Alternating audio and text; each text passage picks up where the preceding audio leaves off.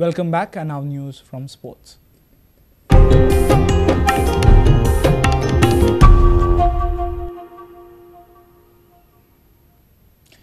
Sports Authority of Goa and Goa University have collaborated to conduct a survey on all grounds in Goa.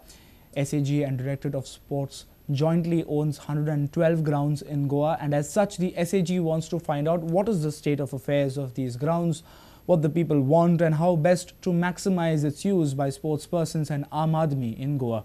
Students of the Department of Commerce and Management Studies at the Goa University will be entrusted with the daunting task and have fixed a time frame of 1 month to complete the survey. SAG Executive Director Elvis Gomes himself looked shocked when a study initiated by SAG revealed the wealth of land under DSYA and SAG's possession for sporting purposes. I found that we were actually blessed with several resources.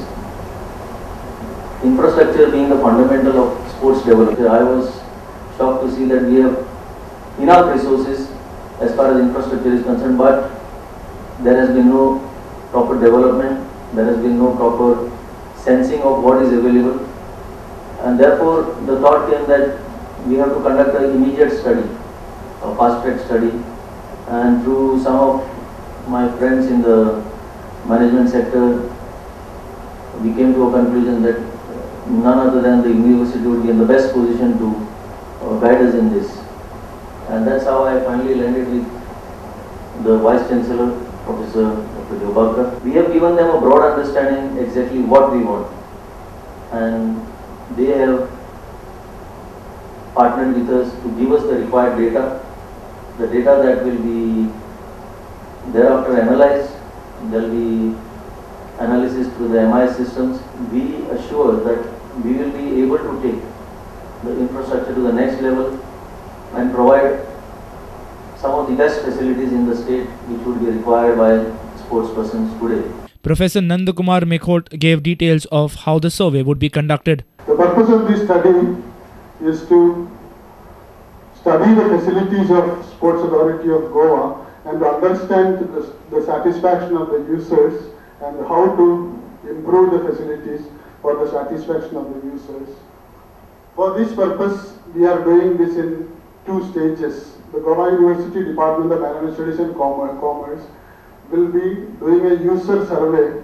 There are 112 facilities of Sports Authority of Goa located all over Goa in different parts. The time span of this study is for about 1 month, and we will be completing it mid-July or a little later to this.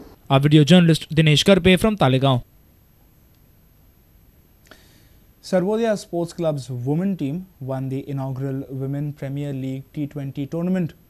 This was a low-scoring affair as Sarvodaya batting first scored 83 runs inside their 20 overs, but Sunny Sports Club found that a steep task as they managed to score only 73 runs in their allotted 20 overs in the finals.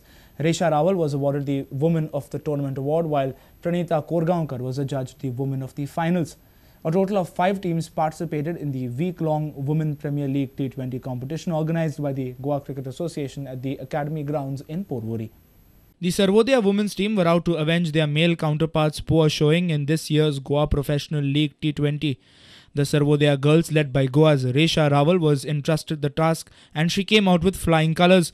Batting first, Sarvodaya scored just 83 runs and failed to use their 20 overs. Sarvodaya lost all 10 wickets in 19.1 overs. Sunny Sports Club's Salma Diukar was the chief destroyer with figures of 4 overs 6 for 4 wickets. Resha Rawal top scored for Sarvodaya with 22 runs, followed by Rupali Chauhan with 19 runs. In reply, only Salma Diukar seemed to be in the mood to score runs.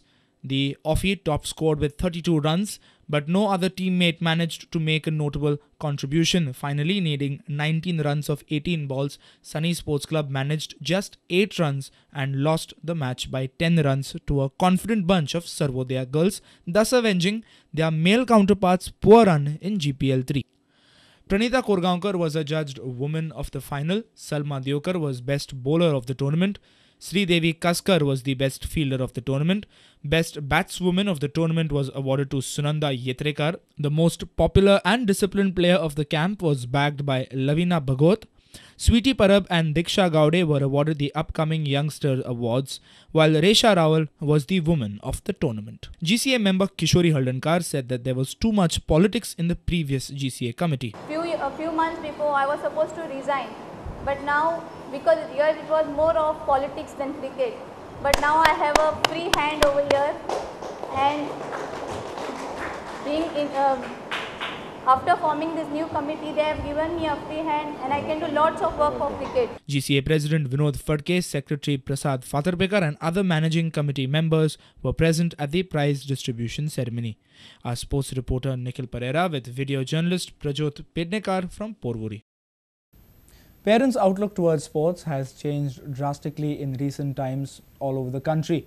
Parents today not only encourage their children to participate but accompany them on practice sessions as well. But there are a few young Goan sportspersons who have excelled at more than one sport at state level. Most recently, it has been teenager Raunak Pai who has excelled in swimming and seems to have found a strong footing in windsurfing as well. President of the Board Sailing Association of Goa, Anil Margaonkar, has encouraged multiple sport participation and has urged parents to let the children try out more than a sport. Regan Pinto was a state-level table tennis player. The lad who studied at Don Bosco School in Panji was considered a TT player with the potential to represent the country. But Regan was also a very gifted batsman and a leg spinner. Regan dropped table tennis and became one of Goa's mainstays in the Ranji squad at teenage and continues to do so today. Tejas Shevde, who ironically also was a state-ranked table tennis player, changed his court of choice to lawn tennis and narrowly lost in the finals of the state championship this year. Raunak Pai has proved himself as a good swimmer, and with medal-winning performances in the windsurfing regatta, Raunak seems to have unearthed a sea of talent. For Raunak, because what has happened with Raunak is he's already proven that he's a good swimmer. He's come here to windsurf now and sail, and he's shown that within hardly a period of hardly 2-3 months of sailing, he's already doing very well at this in windsurfing already, you know.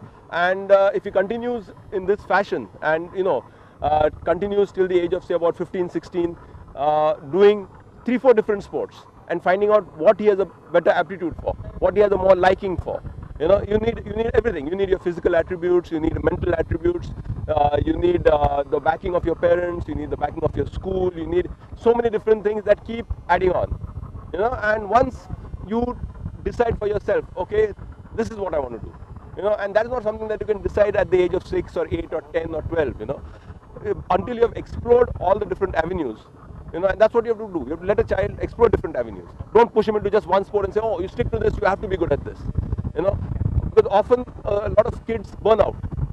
Because they just go into swimming and they get fed up, they can't swim anymore. Parents keep pushing them, no, you must swim, you're good, but they burn out. Our sports reporter Nikhil Pereira with senior video journalist Tulsidas Chari. Don't worry if you have missed this news bulletin. Log on to www.prudentmedia.in, or you can also catch the latest updates on Twitter by following us at Prudent Goa. Meet us on Facebook at www.facebook.com/prudentmedia. And with this, we have come to an end of this news bulletin. Have a great weekend up ahead. Keep watching Prudent Media. Goodbye.